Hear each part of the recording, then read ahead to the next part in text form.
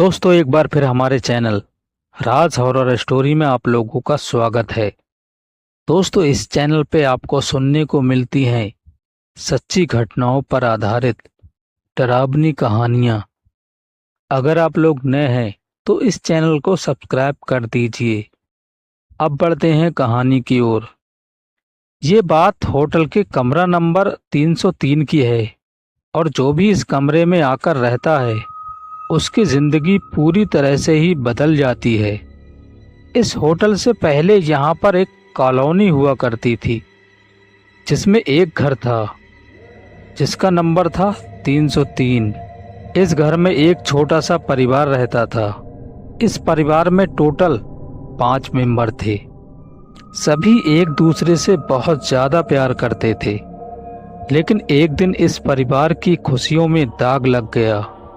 यानी कि एक दिन जब ये सब बहुत ही गहरी नींद में सोए हुए थे तब कुछ चोर इनके घर में घुस आए।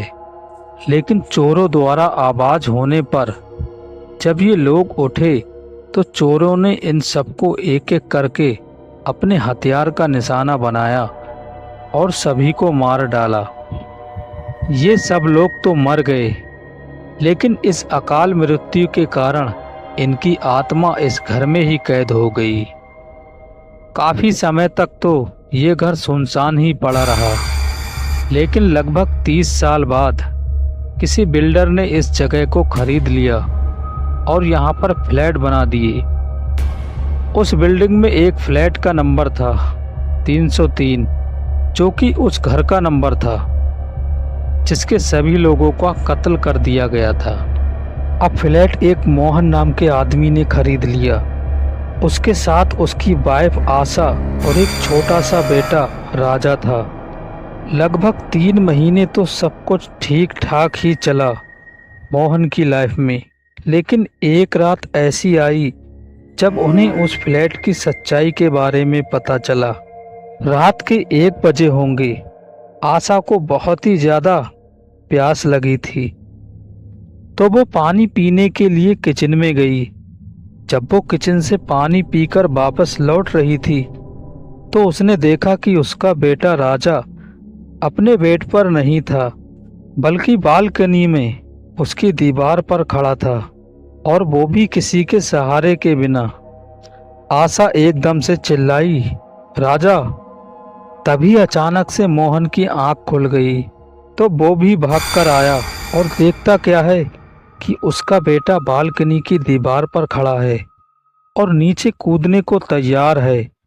दोनों लोग बहुत ही ज्यादा घबरा गए।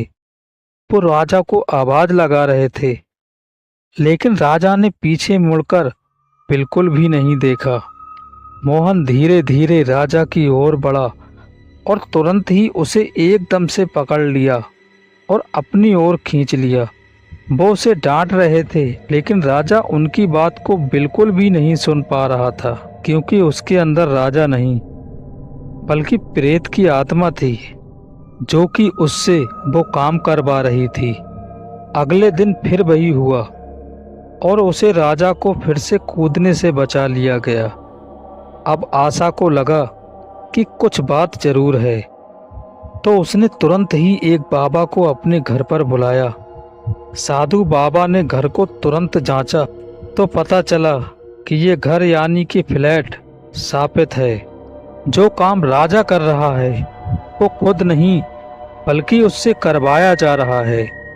अब तो मोहन और आशा बहुत ही बुरी तरह से डर गए थे। वो साधु बाबा से पूछने लग गए कि यह आखिर है कौन जो मेरे बेटे को परेशान कर रहा है और आखिर चाहता क्या है। तब बाबा ने उन्हें सब बात बताई कि ये वो है और इसके साथ कुछ ऐसा हुआ था। साधु बाबा ने कहा कि अगर तुम अपने बेटे को जिंदा देखना चाहते हो तो तुरंत ये फ्लैट छोड़ दो, नहीं तो तुम्हारा बच्चा जिंदा नहीं बचेगा और तुम्हें भी बहुत बड़ी हानि हो सकती है। तो फिर अगले ही दिन मोहन और आशा अपने बेटे को लेकर इस फ्लैट को छोड़कर हमेशा हमेशा के लिए यहाँ से चले गए। दोस्तों, अब बढ़ते हैं अगली कहानी की ओर। ये बात कुछ साल पहले की है। हम रात का बस वाले ने अब बस नहीं रोकी हमें अपने गांव में पहुंचना उसने बस को बहुत तेज का से ले गया, बहुत ही परेशानी कर रहा बस था कि आज के बाद चल रही धीरे धीरे चल रही लोग कर सोच रहे थे कि सड़क शीशा अपने आप ही नहीं टूटा था। उस सड़क पर जब शीशा वाहन चल रहे थे तो अंदर एक हमारी नजर गई आकर गिरा था। तो एक बस जिससे हमारे पास से ही गई ज्यादा घबरा गए थे। उसकी स्पीड भी कुछ ज्यादा थी और एक बस में हम बैठे थे जो बहुत ही धीरे चल रही थी। बस अभी सुनसान सड़क पर थी। अगर हम बाहर देखें तो अंधेरा अंधेरा था, कुछ भी नहीं दिख रहा था। अब शायद कोहरा आ गया था। कोहरे में कुछ भी देख पाना मुमकिन नहीं था। बस अब पहले से भी धीरे हो गई थी। कुछ देर बाद एक आवाज आई।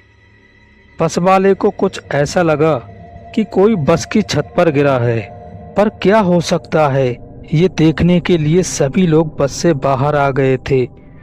बस पर क्या गिरा था ये तो पता नहीं चल पाया था, पर बस वहीं से कुछ दब गई थी। कोई भी उस सुनसान सड़क पर नहीं था। हम सभी लोग बस में बैठ गए। सभी लोग बस वाले से कहने लगे कि अब यहाँ से चलो, यहाँ पर कुछ नहीं है। और अब बस चल दी। बस कुछ ही दूरी पर थी। सामने कुछ नजर आ रहा था। बस वाले ने बस को रोक दिया और नीचे उतर गया था, क्योंकि उस रोड पर एक बहुत ही बड़ा पेड़ था जिसने रास्ते को रोका हुआ था। उसे हटाने के लिए कुछ लोग भी आ गए थे। पेड़ बहुत ही भारी था, इसलिए काफी लोगों की जरूरत थी। सभी लोगों ने मिलकर पेड़ को उठाया था। जब सभी लोग पेड़ को उठाकर वापस बस में गए तो बस के पीछे वाले शीशे पर कोई था। साफ तो दिख नहीं रहा था, बट कुछ ऐसा लग रहा था कि कोई अंदर देख रहा है। पर यह कौन हो सकता है? उसे देखने के लिए कुछ लोग बस के पीछे गए, लेकिन कोई भी नजर नहीं आ रहा था। तभी एक आदमी बोला कि यहाँ रुकना ठीक नहीं है, हमें यहाँ से चलना चाहिए, क्योंकि बार बार कुछ हो जा रहा है। सभी लोग यही कहने लगे थे कि यहाँ से चलते हैं। बस चल पड़ी थी। अब तो कुछ डर हमें भी लग रहा था। जब बस चल रही थी तभी बहुत तेज झटका बस पे लगा था, जिससे बस बहुत हिल गई थी। अब कोई यहाँ पर नहीं रुकना चाहता था। बस वाले ने बस की स्पीड को बढ़ा दिया। तभी बस का एक शीशा अचानक ही टूट गया। सभी लोग अब डर चुके थे। अब बढ़ते हैं अगली कहानी की ओर। दोस्तों, मैं आपको एक सच्ची घटना के बारे में बताने जा रहा हूँ, जो कि मेरे दोस्त सुमित के साथ घटी थी। जब वो अपने कुछ दोस्तों के साथ घूमने नैनीताल गया हुआ था। ये बात साल 2012 की है और महीना था नवंबर का। नवंबर में रात बहुत ही जल्दी हो जाया करती है, क्योंकि सर्दियों का मौसम शुरू हो जाता है, और वो भी नैनीताल का मौसम। सुमित अपने दोस्तों के साथ एक होटल में रुका, और वो भी कमरा नंबर 201 में। लेकिन उसे बिल्कुल भी नहीं पता था कि ये कमरा नहीं बल्कि एक भूतिया कमरा है, क्योंकि इसमें जो भी रहता है उसकी मौत हो जाती है। होटल के लोगों ने भी उन्हें कुछ नहीं बताया था।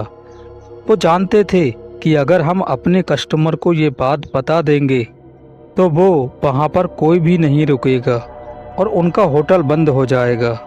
सुमित और उसके दोस्त रात का खाना खाकर कमरे में सो गए। सबके सब गहरी नींद में सोए हुए थे कि तभी कमरे के बाहर सुमित को किसी के चलने की आवाज़ सुनाई दी। उसे लगा कि शायद कोई वेटर किसी रूम को सर्विस देने के लिए जा रहा होगा। उसने घड़ी में टाइम देखा तो रात के 12:45 हो रहे थे। सुमित ने सोचा, भला कोई इतनी रात को कोई खाने का ऑर्डर देता है क्या? उसने दरवाज़ा खोल के देखा तो गलियारे में कोई भी नज़र नहीं आ रहा था, लेकिन फिर भी किसी के चलने की आहट साफ साफ सुमित को सुनाई दे रही थी। उसने अपने दोस्त मुकेश को उठाने की बहुत कोशिश की, लेकिन वो सब शराब पीकर धुत पड़े हुए थे। कोई भी नहीं उठ रहा था। सुमित ने अब होटल में उस आवाज़ को ढूंढना शुरू कर दिया। वो उस आवाज़ के पीछे पीछे चलने लगा, लेकिन उसे कोई भी नज़र नहीं आ रहा था कि तभी सुमित को किसी के चिल्लाने की आवाज़ सुनाई दी। वो तुरंत ही उस आवाज़ की ओर भागा तो उसने देखा कि गलियारे के किनारे कोई इंसान खड़ा हुआ है और उसका मुंह दीवार की ओर है। वो उस इंसान की ओर भागा कि पीछे से किसी ने सुमित को हाथ लगाया। सुमित पीछे मुड़ा, लेकिन कोई भी नहीं था। जैसे ही उसने फिर उस इंसान की ओर देखना चाहा तो वो इंसान भी वहां से गायब हो गया था। अब तो सुमित के मानो होश ही उड़ गए थे। उसे कुछ भी समझ में नहीं आ रहा था कि वो अब क्या कर सकता है कि तभी उसे एक वेटर दिखाई दिया। उसने तुरंत ही उस वेटर को रोका और अपने साथ ले गया और अपने साथ घटित हुई घटना को बताया। उस वेटर ने सुमित को सब ठीक ठीक बताया कि यहाँ पर क्या हुआ था और क्या क्या होता है कमरा नंबर 201 के कस्टमर के साथ। सुमित तुरंत ही रूम में जाकर अपने सब दोस्तों के ऊपर पानी डालता है और उन्हें जगाया और सब कुछ साफ साफ बताया। तभी उसने और उसके सभी दोस्तों ने रात में ही उस होटल को छोड़ने का फैसला लिया। इस तरह से उन्होंने अपनी जान बचाई। तो दोस्तों, ये थी हमारी आज की कहानियाँ। अगर आप लोग नए हैं तो हमारे चैनल को सब्सक्राइब कर दीजिए। अब मिलते हैं अगली वीडियो में एक नई कहानी के साथ।